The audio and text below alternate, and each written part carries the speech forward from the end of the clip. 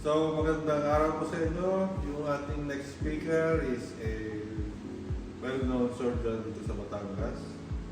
Tulad ng sabi ni Dr. Lanting, siya ay ang aming boss.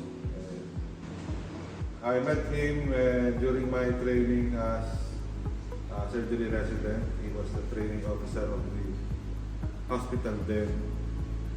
He is one of the last remaining real GS surgeon. Ba't ko po nasabi yan? Because during our residency period, siya po yung nagturo sa akin ng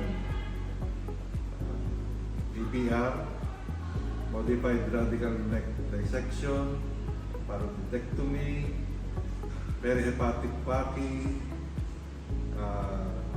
Whipple's procedure, and HACCP's procedure. HACCP's, alam niyo kung yung HACCP's? Nagawa namin ito kasama itong ating next speaker. So, he is one of the remaining very few talagang legends of GS. Ano? As we all know, the GS is disappearing anymore of self-specialized. Now, one thing na very, with our next guest is yung pagmamahal niya sa Department of Surgery.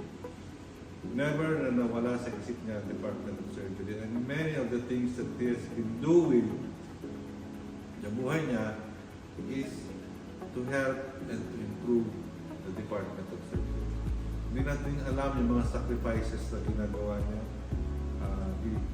being members of different committees, officers of different national organizations, so that yung Department of Surgery of the Batangas Medical Center will always be abreast with the other training institutions, especially sa Metro Manila. So, yun po.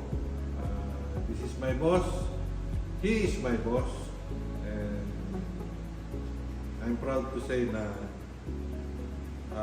ako po ay kanyang estudyante at kanyang tinuruan ng pag-opera sa general surgery. Maraming salamat po.